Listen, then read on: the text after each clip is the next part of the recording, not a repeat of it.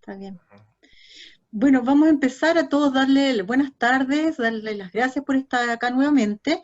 Hoy día vamos a presentar un tema que tiene que ver con el coronavirus, la salud mental y las proyecciones.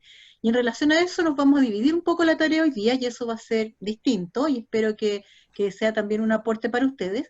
Y voy a hacer primero una primera presentación breve sobre el tema de relaciones interpersonales y ver cómo afecta o no afecta, o afectará o no afectará las relaciones interpersonales. Y después Omar se va a centrar más directamente en temas de proyecciones personales en estos contextos. ¿Ya? Entonces vamos a comenzar. Ahí, Omar, voy a compartir pantalla. Ujú, Ya, voy a compartir pantalla de dos cosas. ujú. ¿Ya? Primero, vamos a cerrar acá.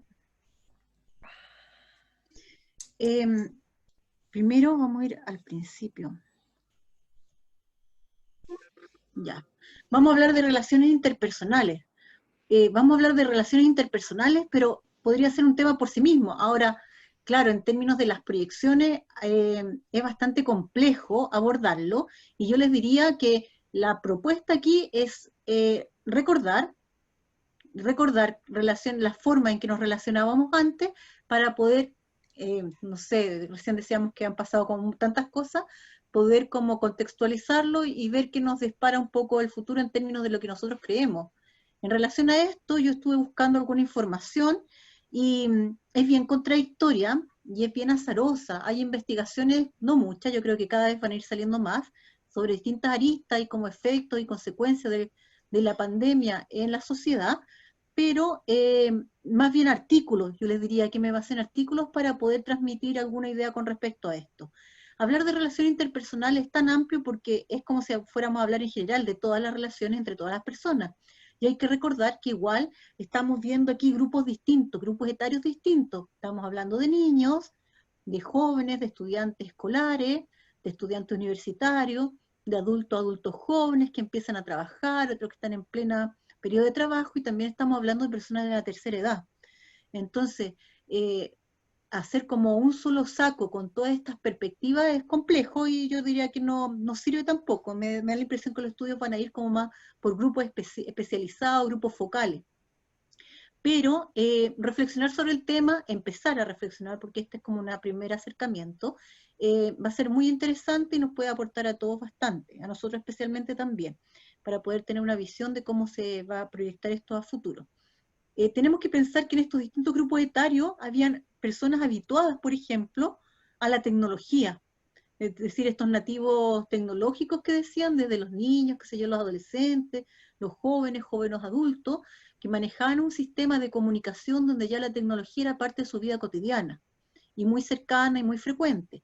Y también un grupo mayor, que muchas veces se estaba educando en términos de aprender al uso de la tecnología, pero que actualmente usted se fija, las personas que necesitaban, por ejemplo, ir al médico o tener que comprar alguna medicina particular, y en situación de pandemia y confinamiento tuvo que recurrir a sistemas de tecnología para poder agendar horas, conectarse con otros, comunicarse con sus parientes. Entonces han sido cambios que podría ser, si solo viéramos la tecnología, abruptos y como de un planeta a otro, por decirlo, para algunas generaciones, y para otros mucho más cercanos, con distinto uso, pero mucho más cercanos. Entonces ahí hablar de las relaciones interpersonales asociadas al COVID, asociadas a la pandemia, habría que ir haciendo esas diferencias.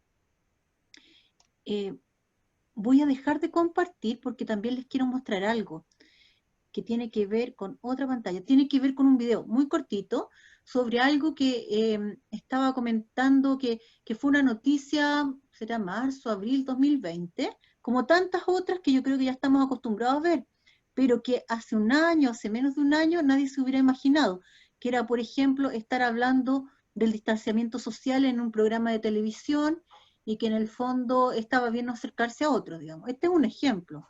¿Se ve? ¿Se ve? Omar, ¿se ve esto? ¿Sí? De momento no vemos nada. No, no. Sí, entonces no. Gracias por avisarme, Cintia, porque significa que no estoy compartiendo nada. Déjame pinchar. Ahí. Tienes que compartir pantalla con el video. Ahí. Ahí sí, ¿Sí? Sí. ahí apareció. Eso lo voy a... yo quiero que hacer el ejercicio, no sé si se puede un poco... Nosotros hacemos imaginería cuando hacemos atenciones psicológicas, pero esto es una imaginería virtual además. Pero como contextualizando, volviendo un poco a los inicios, cuando recién aparecían estas noticias, y de hecho nos parecían tan ajenas cuando todavía no llegaban a Chile incluso, y después, como les digo, con un bombardeo de informaciones nos empiezan a aparecer todas como muy frecuentes. Pero a ver si podemos mirarlo con ojos antiguos.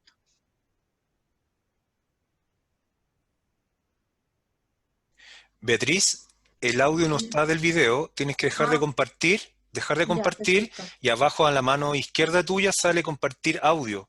Tienes que Tienes toda la cliquearlo. razón.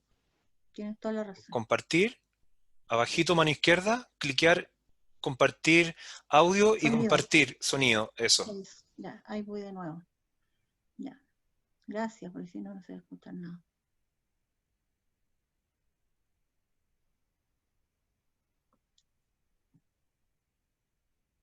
Ahí vamos de nuevo.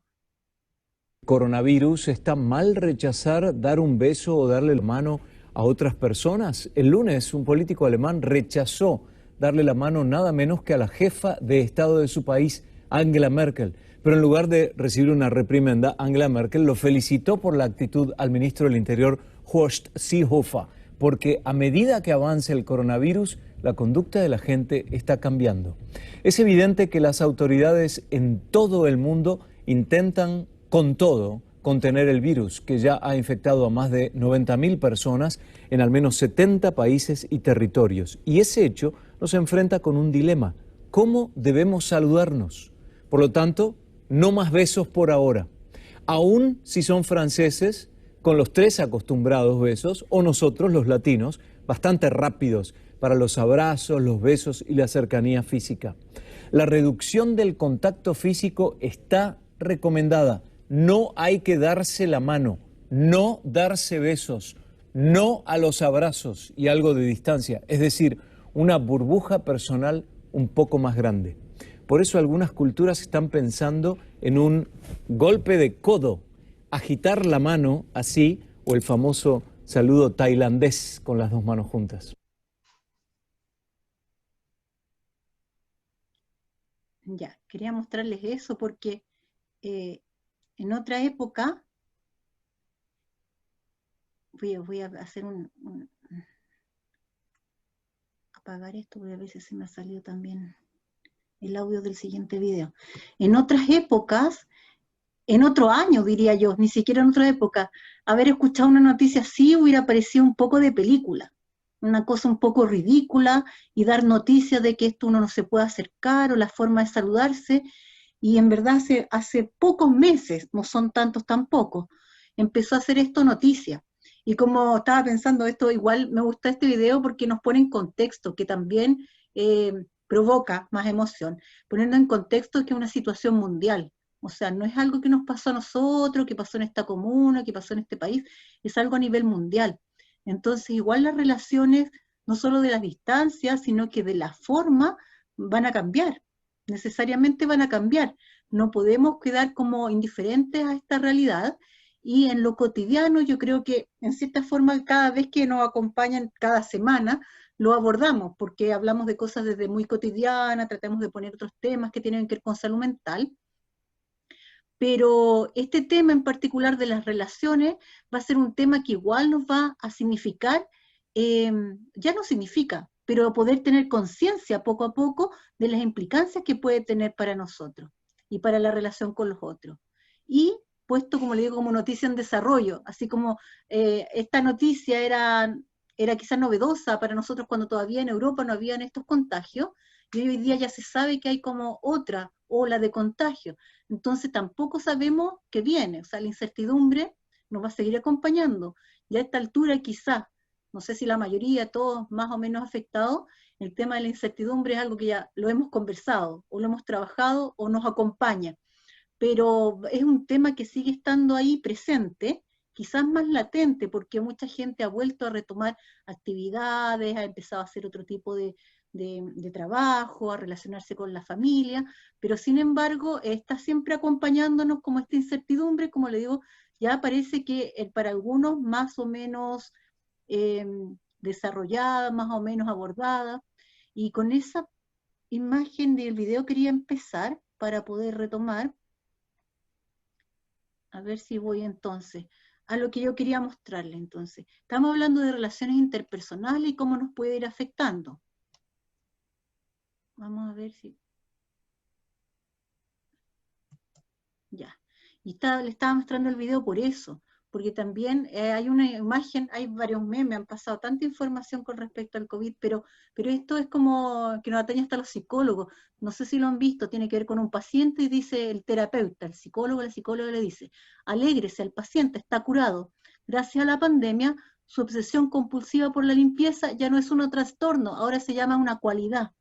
Si se fijan, ahí hay cambios como lógicos, algo que para una persona era un problema antes, hoy día puede no serlo. Y al revés, la gente que estábamos en cierta forma más adaptada, digamos, como a las cotidianidades, a decir que funcionamos bien, podemos estar más agobiados con ansiedades, con complicaciones de relaciones con los otros, de tomar decisiones de si salir, lo he escuchado bastante, de salir o quedarse en la casa. Y ahí por ahí hay como bastantes vaticinios, yo diría, de bueno, ¿cómo va a ser esto a futuro? En junio, he encontrado otra publicación de junio de 2020. Habían otros estudios, junté varias como perspectivas, como en una, que señalaban que esta pandemia va a aumentar en la gente la desconfianza unos con otros, y va a aumentar entonces actitudes conservadoras, esto de cuidarse, de estar más en la casa, de, no sé, como decían antes, no juntarse tanto con la gente, no juntarse con otros, no vincularse tanto con desconocidos, estar en un terreno más bien conocido, y nos va a mantener, algunos, en constante alerta y amenaza, pendiente. Ya sabemos que muchas veces ya esto, o sea, el desconfinamiento va, hay gente que ya está trabajando, que está volviendo a hacer vida, entre comillas, relativamente normal, pero la actitud con la que se relacionan puede haber cambiado. Y en relación a eso es como los efectos de todas estas noticias, de todos estos desastres que ha ocurrido en términos de la pandemia, pero también como una cosa más permanente en uno. Hay gente que estaba muy acostumbrada, por ejemplo, a hacer vida de salida, con las amistades, con las familias muy cercanas, y muchas de esas entonces van a tomar una actitud como en esta línea, más desconfiada, desde el miedo, por ejemplo. ¿Ya? Ahora también pensar que nos estamos acostumbrando como a estos sistemas. Estos también yo lo veía tipo meme, que lo pueden haber visto, que decían, parece que son de los años 60 los supersónicos, 70 los supersónicos, 70, los años 70 y algo, pero antiguos, son bien antiguos. Y el tema es que igual eran estas familias que vivían como en este mundo moderno de la tecnología, donde igual hacían estas clases online las señoras, por ejemplo, hacían videollamadas para comunicarse, trabajaban a través de la pantalla en la casa, el niño iba al doctor a través de una videoconsulta también con el doctor, y se usaba mucho esto de las mascarillas. Y salía como video como muy cercano, porque hoy día puede ser la vida cotidiana de mucha gente, si no la mayoría, no podría ser todas, ¿verdad? Pero claramente son espacios que se han ido ganando y que por suerte existió la tecnología para hacer este tipo de conexión. Pero por ejemplo, esta información era también como de agosto ya más cercano, de México, otra latitud, otro lugar, pero también muy cercano a nosotros, que igual las relaciones interpersonales se iban a caracterizar por esto, porque van a tener que generar, si es que ya no han generado ya, una adaptación a todo el mundo económico, con todo el descalabro, y a través también de las nuevas oportunidades. Hay gente que ha desarrollado nuevos mercados así como de trabajo a partir de la situación actual. Y entonces adaptarse a este nuevo mundo laboral. Pero también aparecen estas lógicas como de entrenamiento a distancia, en la medida que es posible, se cuenta con la tecnología, las compras se hacen a domicilio, hay clases a distancia en los estudiantes, cursos de diversos tipos que antes igual implicaban tener que trasladarse o buscar ciertos lugares como donde se encontraban y se podían desarrollar, ahora en línea, también juegos en línea, todo lo que se pueda manejar como en línea, que en verdad es infinidad de cosas, en verdad. Uno podría hablar sobre el uso de la tecnología en esta época y también da para mucho.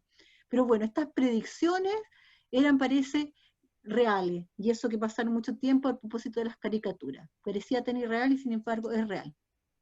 Y las preguntas aquí, como para abrir un tema, sería, bueno, nos vamos a volver también muy desconfiados y nos vamos a quedar como encerrados en nuestro metro cuadrado, generando como una burbuja, como familia, como persona. O por otro lado también hay aspectos también que dicen, es una postura que yo le puse también más idealista, no porque no sea cierto, porque en verdad no tengo respuestas para esto, pero idealista en la lógica de que en el fondo el ser humano, dicen, van a aprender a valorar más las relaciones con los otros y pasando la pandemia van a dejar todos los aparatos tecnológicos y van a buscar más el contacto entre unas y otras personas. Si se fijan, son distintas posturas, que ahí cada uno también tendrá su propia opinión, su propia perspectiva, pero que sí nos dejan una encrucijada, que cada uno ahora tiene que decidir, en verdad, con esto que es tan cotidiano, que antes no se pensaba, de cotidiano, bueno, ¿qué hago con mi vida y cómo me conecto con los otros?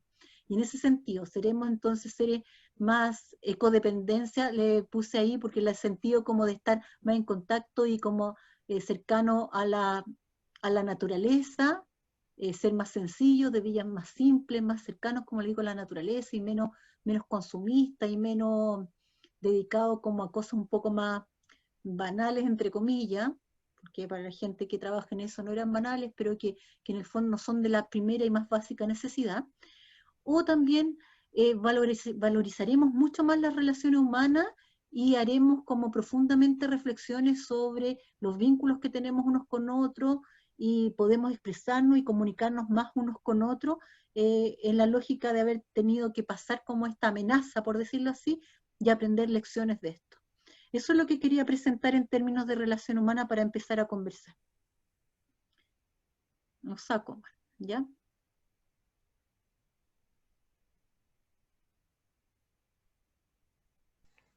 Muchas gracias, Beatriz.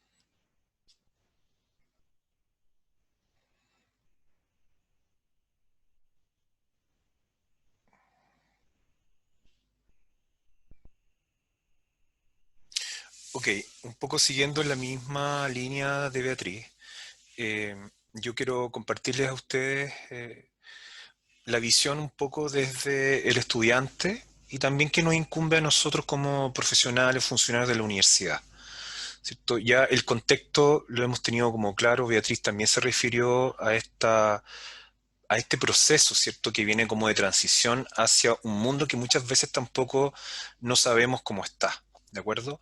Ya han habido rebrotes, un poco lo que Beatriz planteaba, esta cosa como la incertidumbre que no sabemos, pero necesariamente tenemos que seguir pensando dentro de nuestro proyecto cómo seguimos abordando, ¿cierto? Este caminar en este proceso en que estamos. Ahí hay una fotografía, ¿cierto? Donde vemos a un chico puesto en términos de este proceso como de tecnología hoy día, fuerte en términos de un contexto distinto.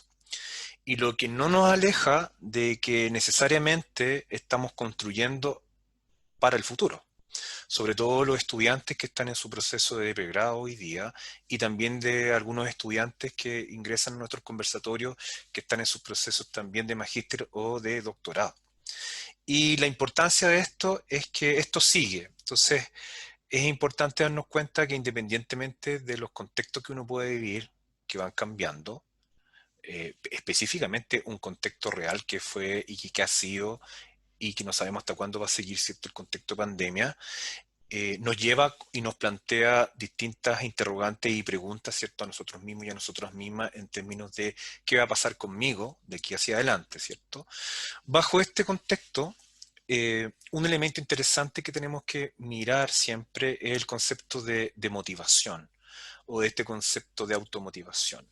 ¿Y por qué es importante en la instancia que estamos trabajando? Porque muchas veces las consecuencias o las adversidades o con los aspectos que nos hemos encontrado durante todo este proceso de pandemia nos ha llevado, ¿cierto?, como a disminuir esta visión de nosotros y nosotras mismas.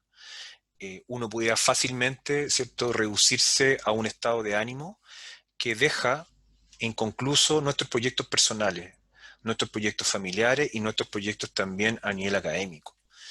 Y por lo tanto, esta fuerza es una fuerza que debe activar como en esta fotografía, ¿cierto? O que debe dirigir mis acciones o mi conducta hacia una meta. Y acá lo que vemos nosotros, ¿cierto?, es esta piedra muy pesada que se trata de empujar, y si nosotros metafóricamente la visualizamos, esta roca grande, ¿cierto?, en estas dificultades o en estas adversidades que hemos tenido, ahí pueden contener todo lo que hemos vivido individualmente nosotros hoy, a nivel profesional, a nivel personal, a nivel familiar, a nivel académico, a nivel laboral, ¿cierto?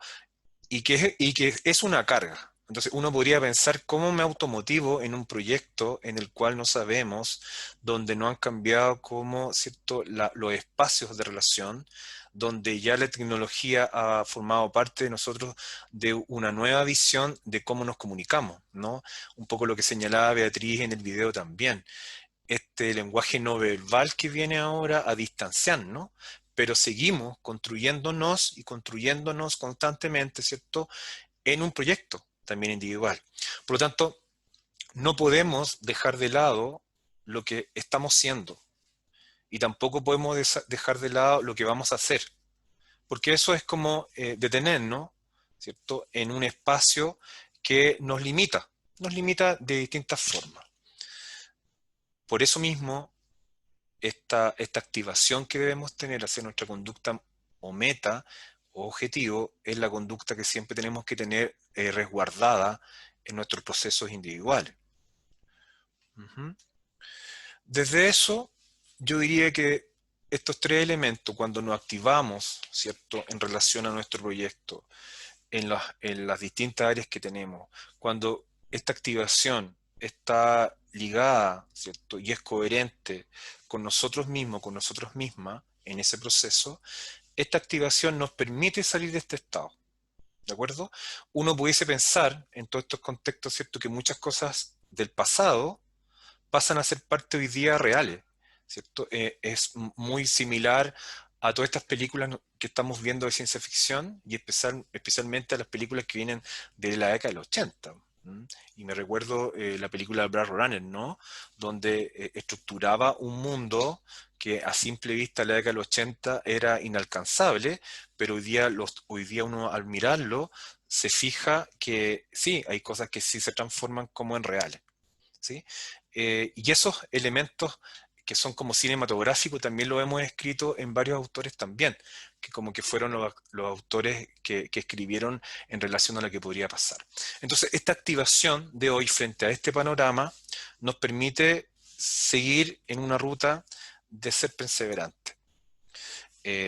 Si no nos activamos, no sacamos nada, ¿cierto?, con seguir en un proceso de proyectos, porque nos vamos a quedar detenidos o detenidas, ¿cierto?, en espacios que por lo general nos tiran hacia abajo. Es muy similar al contexto como del pantano, ¿no? Cuando uno está en el pantano y no puede salir o hace el esfuerzo de salir, como que si los tiraran hacia abajo, ¿no? Por lo tanto, la perseverancia nos permite mantenernos constantemente hacia, ¿cierto?, un objetivo. Y ahí llegamos como a la meta.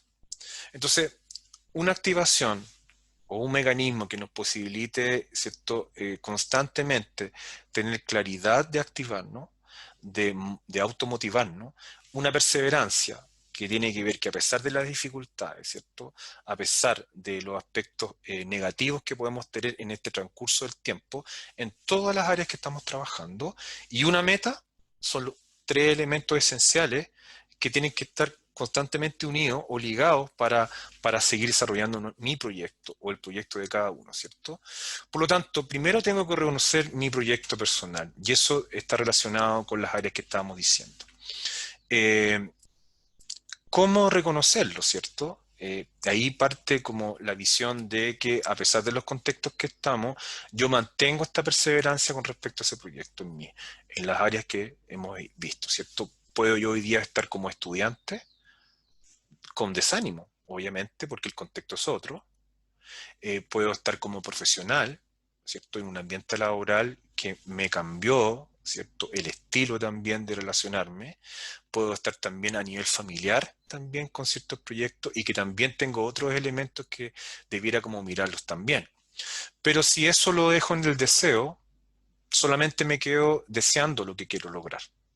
Por lo tanto, cuando yo reconozco este proyecto personal, me establezco una meta.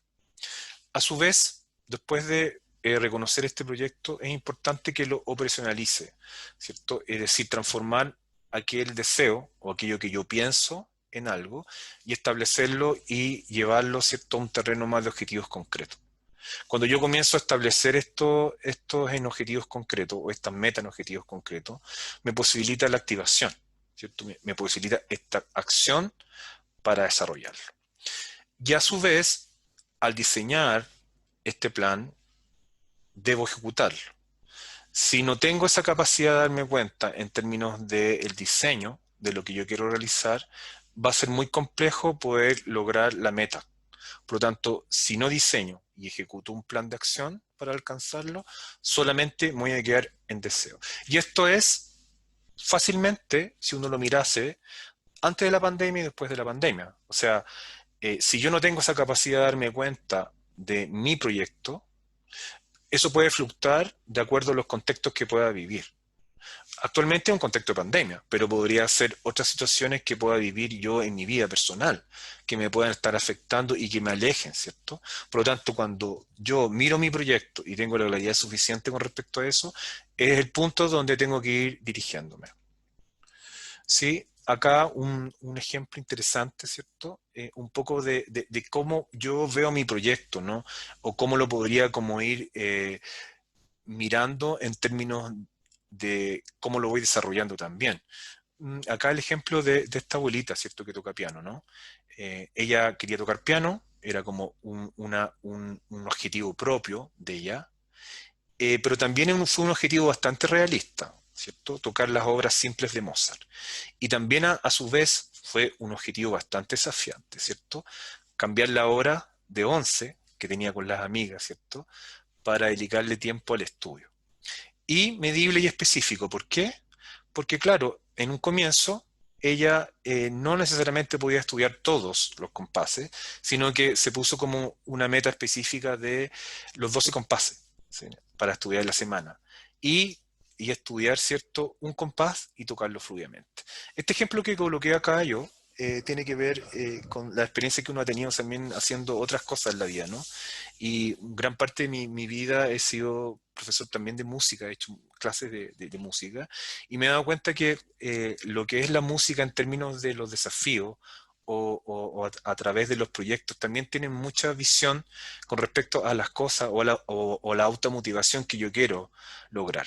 Por lo tanto, si no tengo estos elementos y a mí no me hacen sentido, en términos concretos en mi proyecto, lo más probable es que sean solamente deseos y no se concreten en objetivos que a mí me hagan sentido, ¿ya?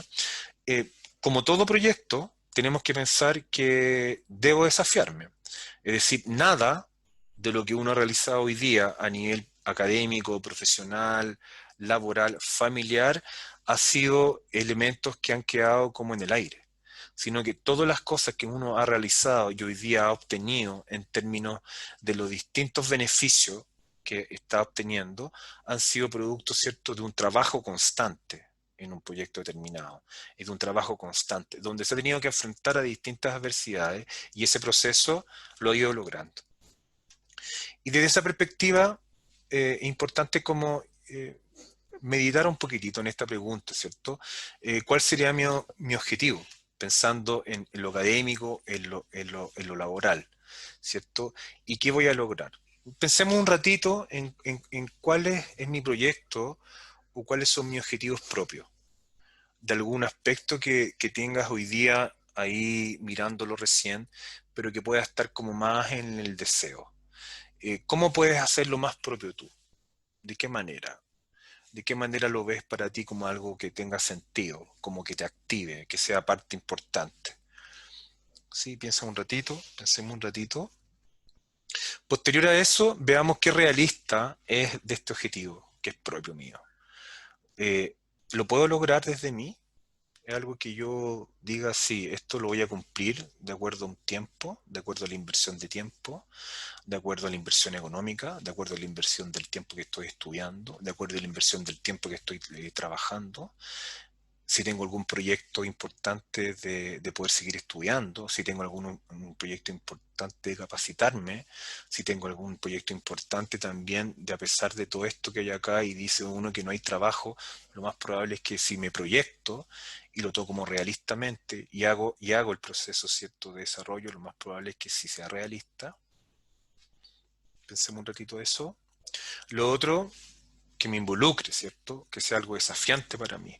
O sea, si estoy pensando en algo que no me mueva y que en un comienzo fácilmente lo deje, significa que no hay el esfuerzo. Y significa que eso va a pasar y voy a ser un observador más de aquello que vivo. Pero si hay un desafío constante en eso, sí lo puedo lograr. ¿Sí? Entonces, miro mi objetivo propio en mi proyecto, miro mi objetivo realista en mi proyecto, ¿cierto? Miro mi objetivo desafiante en mi proyecto también. Y también un elemento interesante, ¿cierto? ¿Cómo voy a medir esto que estoy haciendo?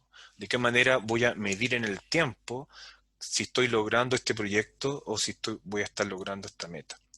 Si vemos ahí, en este cuadro, ¿cierto?, que ustedes ven, y al mirar ustedes cómo se ven ahí, les va a posibilitar, ¿cierto?, en un primer comienzo, ¿cierto?, una etapa interesante. Es como ir reconociendo lo propio, ir reconociendo lo realista, y también reconociendo lo desafiante que puedo hacer, y cómo lo puedo medir también.